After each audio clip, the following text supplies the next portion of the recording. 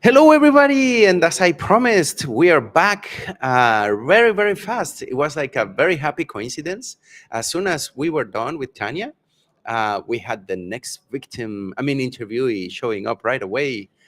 We have with us now here in Testing United 2024, streaming from Vienna, Austria. We have our amiga Natalia. Natalia, how are you? Fine. And you? I am doing well, a little bit getting over jet lag, feeling better. You don't have jet lag, right? No, I don't. Okay, you're It's the doing good. same time zone Time for zone. me. um, Natalia, first of all, how do you pronounce your last name? Because I couldn't. I tried. It is Petrovskaya, Petrovskaya. almost. Oh man, I cannot get it. I do my best, but so Natalia, can you share a little bit more about you? Who are you? Where do you come from? And what do you do on your day to day testing wise? um, right now, I'm trying to figure out who am I going to be when I grow up. Finally, Oh, nice, nice. We yeah, are all. yeah. I started as a tester like 10 years ago. I worked in various companies, but mainly in life science domain. It was about like some genotyping stuff, some laboratory stuff, and other Ah, very business complicated stuff. So yeah, I grew up there, and now I am like test manager, head of QA, engineering manager. I had various like titles during last time. So I manage processes, people, like everything about quality. And now I'm trying to figure out what I want to do next. okay. It's where do you come from first? I'm originally from Russia. Now I live in Montenegro. Okay, that's an interesting move and differences, but we'll get into that in a moment. This is interesting that you're trying to figure out what are you gonna do when you grow up, and sounds like you have had a very good trajectory in QA and testing realm. Are you looking kind of like for a change of waters, or? I'm looking for something new. Actually, it's my second career. I've made one in marketing. No Yep. way. I had like 10 years career in marketing before that. And then I switched To uh, QA. to QA. Like I was in public relations, which is PR. Then I was in QA. Always made this joke that I just love the jobs of two letters. uh, PR, QA, yep. So AI now. She's gonna. probably yes, maybe I'm looking into that too. Just I just don't want. I just don't know um, what is going. What my next step will be, because like I understand everything about key now. Not everything, but everything I'm interested in, and I think that I just want to learn something new. I still have time. So that's why I'm looking into maybe AI stuff, or maybe more architectural stuff, or maybe I don't know, maybe I will grow a garden. Yeah, I cannot think if garden stuff has two letters or something like that. Uh, but this is very interesting to me. How was this change from marketing into QA, and did it did knowing stuff from marketing help you on QA? Actually, it appears that it had been because, like, when I started, I was very anxious that I don't have this, like, computer science degree or something like that. I have just 10 years in another sphere. But when I started to like grow, when I became senior and moved to more leading roles, I understood that a lot of stuff I use are actually taken from my education, like dealing with conflicts, stress management itself, selling the decisions to decision makers, etc., etc. It's all from there. And actually, it appeared that um, as a lead, as a manager, I use more from marketing than from quality assurance. Interesting. And why did you do the change? How did that happen? Uh, It's a long, long story. oh, okay. Can we get the quick trailer? Like, was it an accident that you ended up in QA or? No, it was my decision.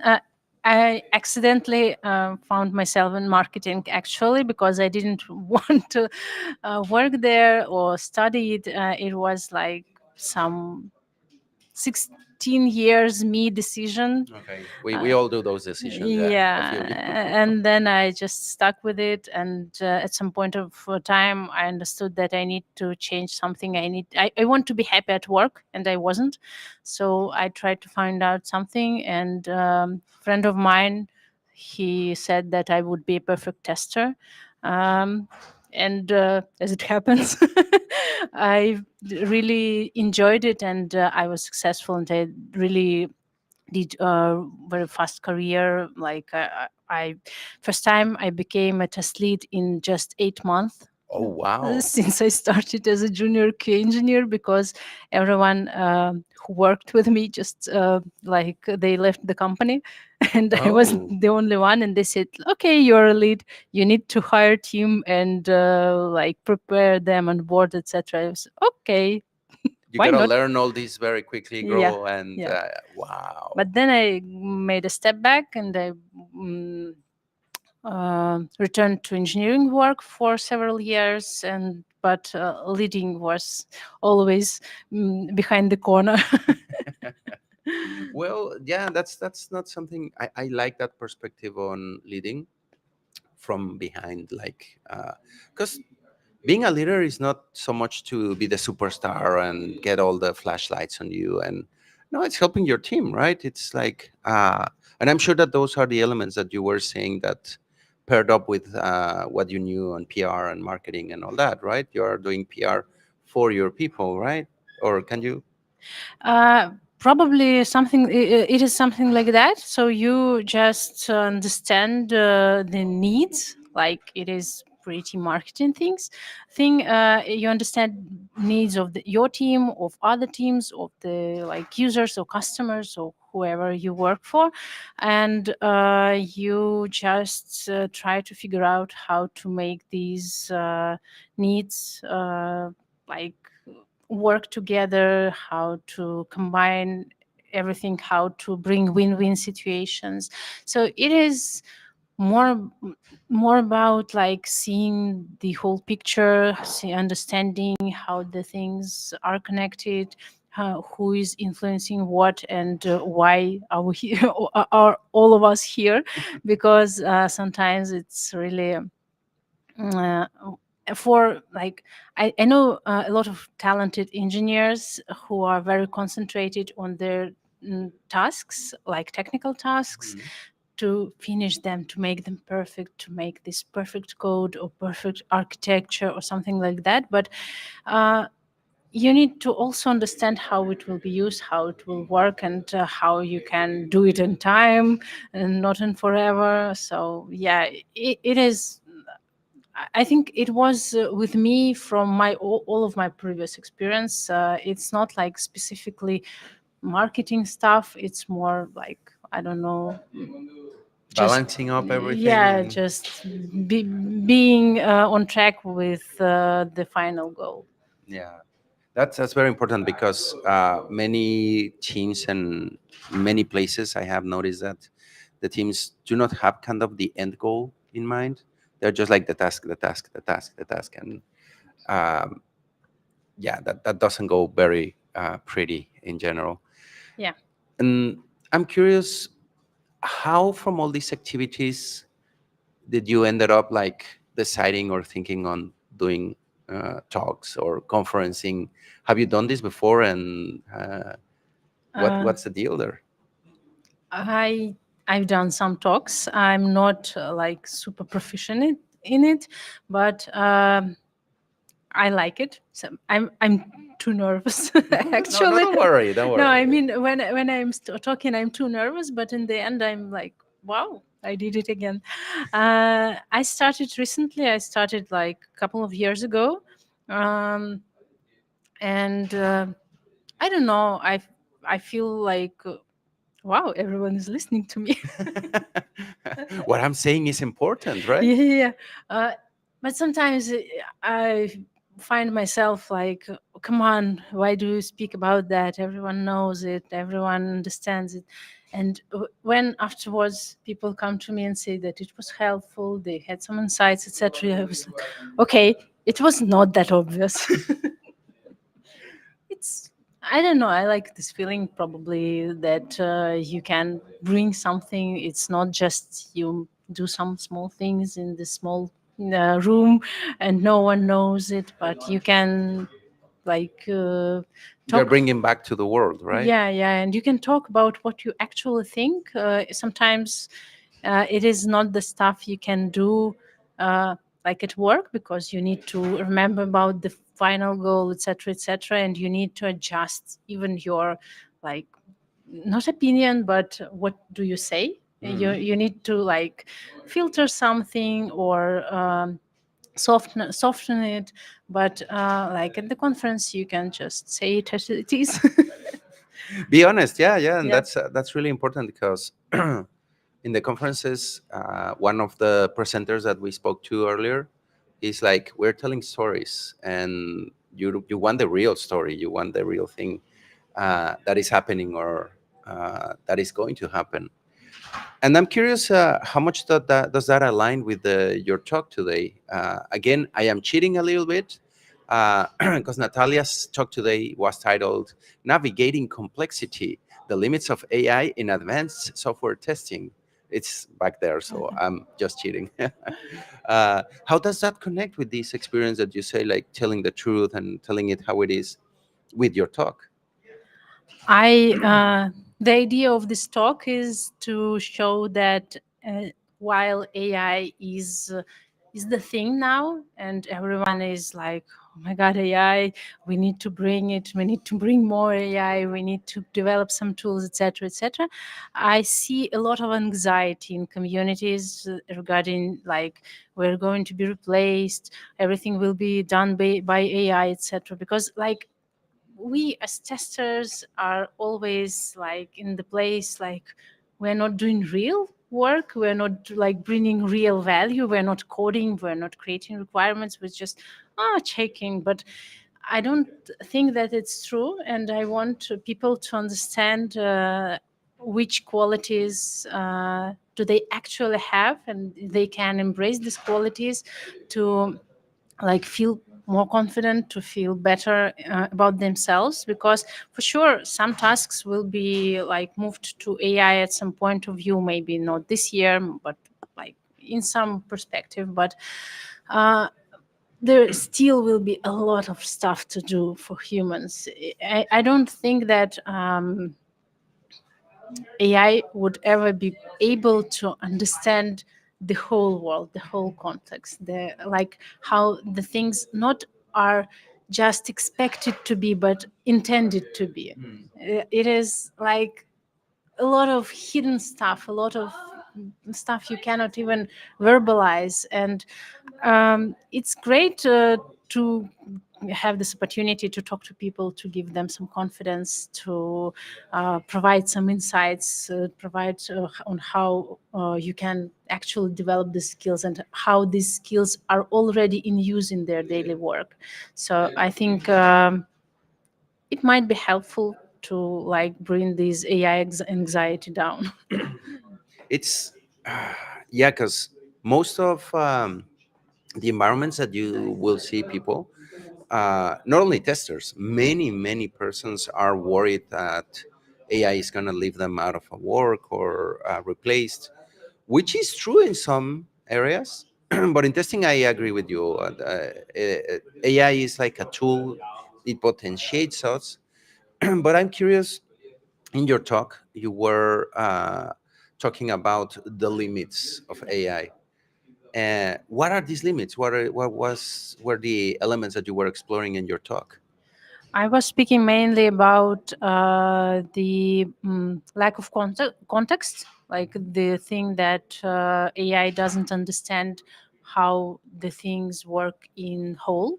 Another thing was absence of creativity, and that the AI creates pretty rigid scenarios, like they're straightforward. They follow the data which AI was trained on, so it cannot like go beyond it.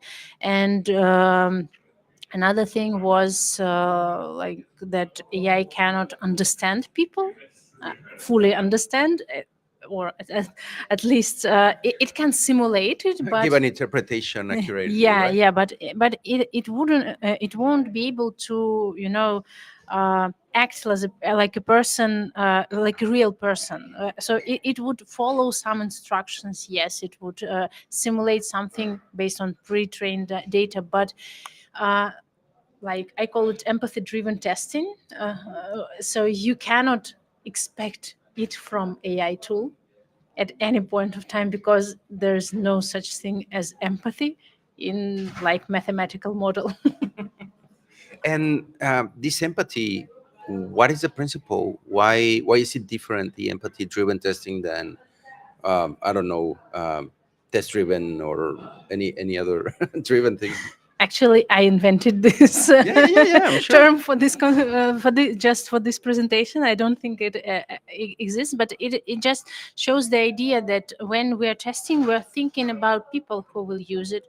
We're thinking on what are their real needs, what are their anxieties connected to the application, how would they work, how would they not work with the application, what are their like accessibility requirements, because you know accessibility is becoming more and more required as a like strict requirement, not like some nice to have thing, but and it won't be some stuff that you can design described as just some design details or standards or something like that, because you need to understand accessibility as as a concept. Like for instance, if you're testing like mobile application mobile navigation application, and your user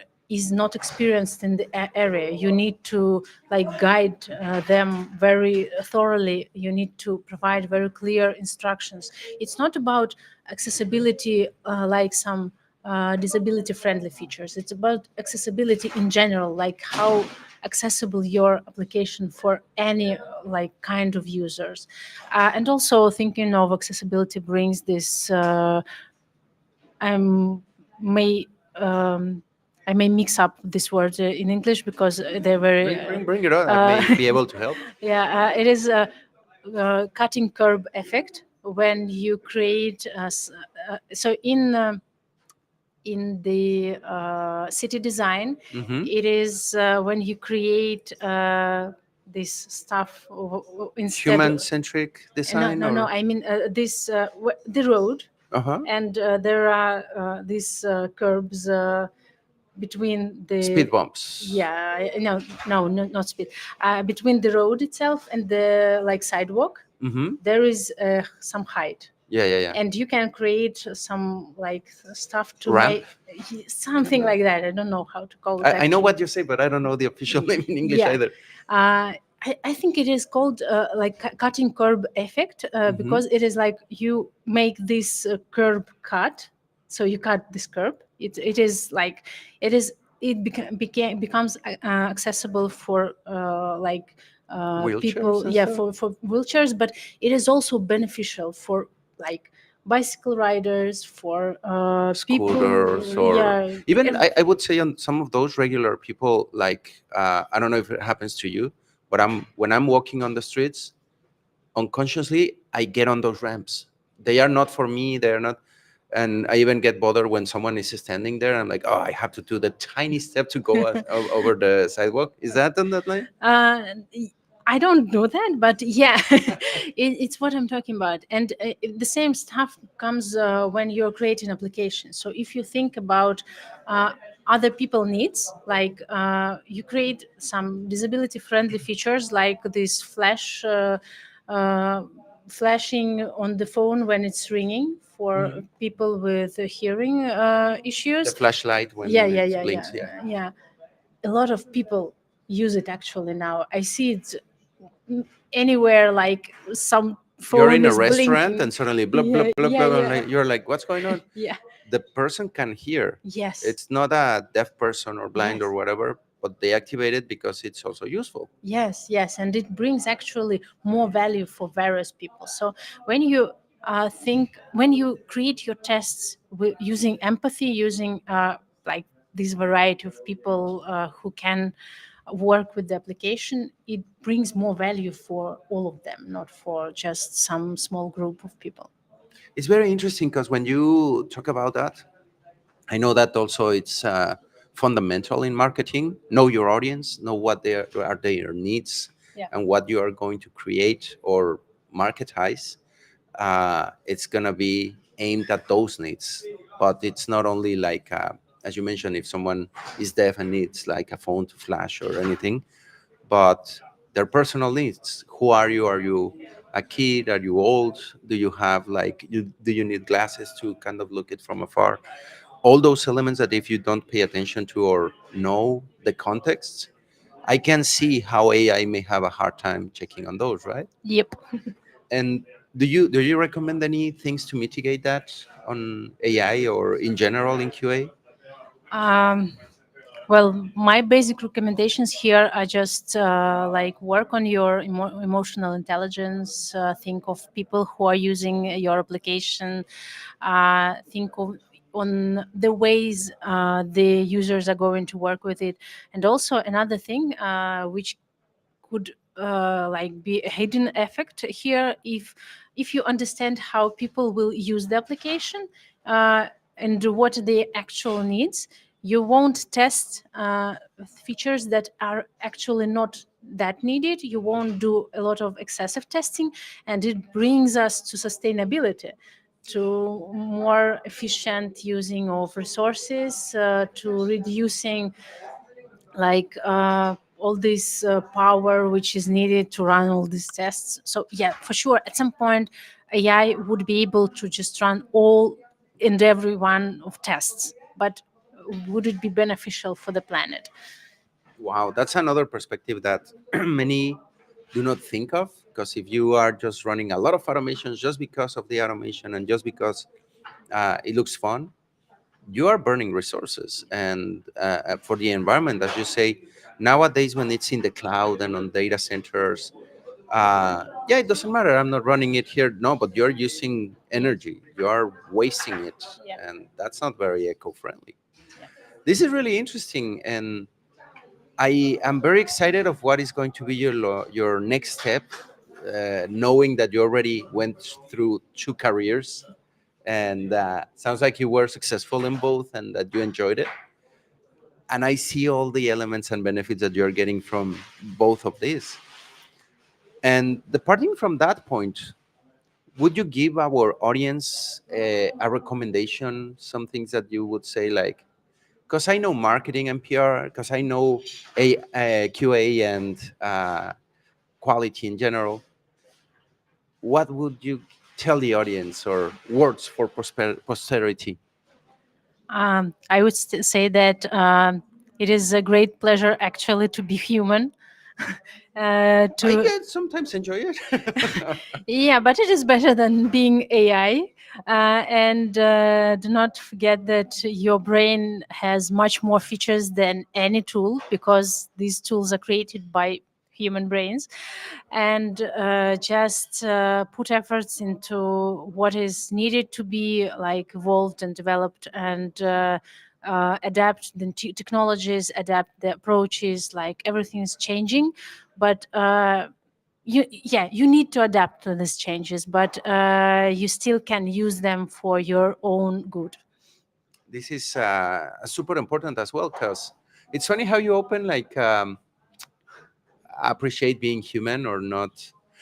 No, because you're already smiling and laughing at it, but so many people are like, no, would be easier being a machine or something like that. But it's silly to say this empathy and these feelings, leveraging them. towards our QA efforts or PR efforts or whatever you are doing, or even putting this on the AI efforts that we're going to be doing, everyone. As you say, it's coming for us, and we better be prepared in a humane way, right? Yeah. It's really, really important.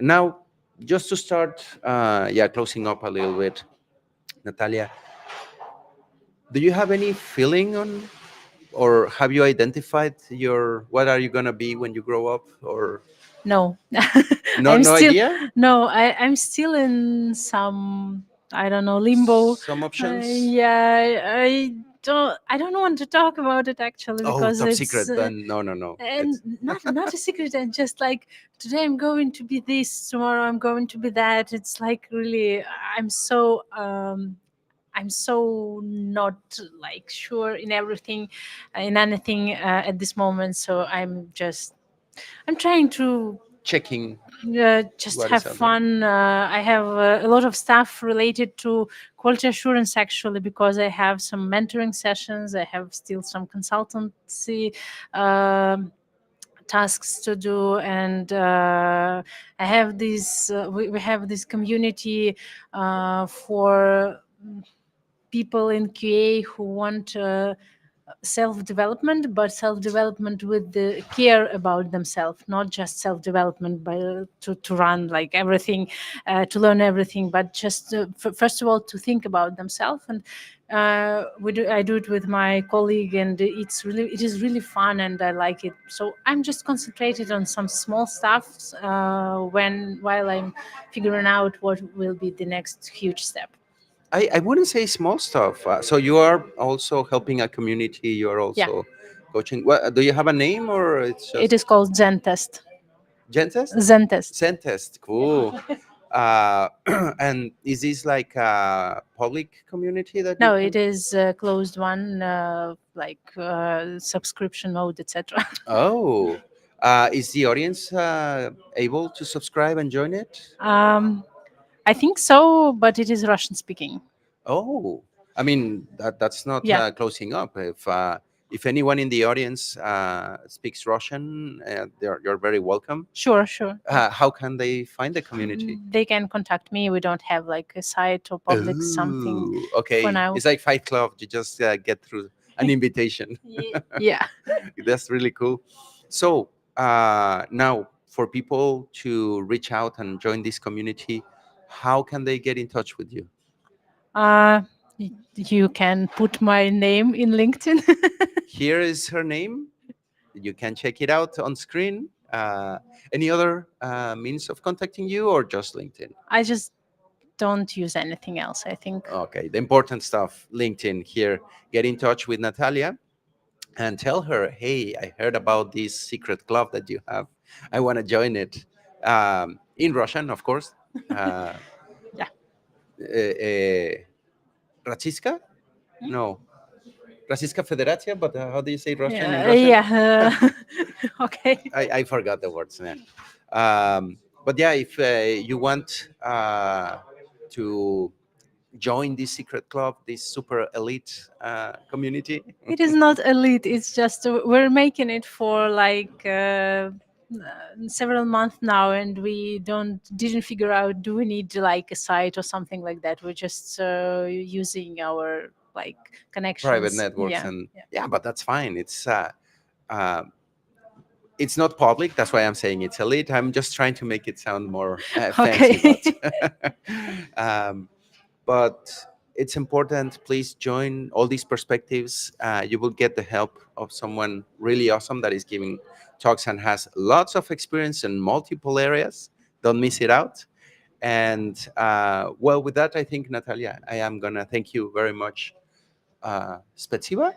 Спасибо. That's thank you. Yeah. Yeah, I Thank you. remembered a little bit. Thank you very much, Natalia. And well, everybody, there you have it.